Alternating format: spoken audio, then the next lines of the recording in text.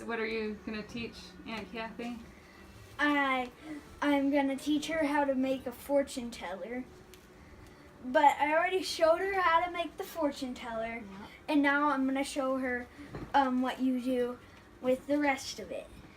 So you make here are the 4 tops, and you are supposed to make them into variety of colors, and this one could be like pink, this one could be like red or yellow and green,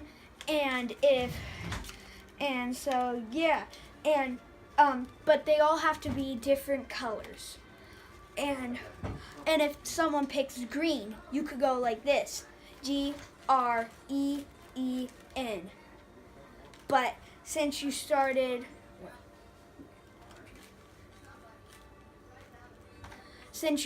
on this, you could also start this way, GREEN.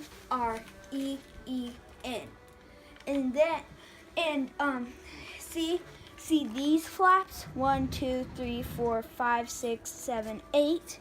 You put numbers in them. 1, 2, 3, 4, 5, 6, 7, 8, or 8, 6, 5, 3, 2, 1. I get lost track at some time, so yeah, you could do it that way, like any way you want, but it has to be 1 through 8. And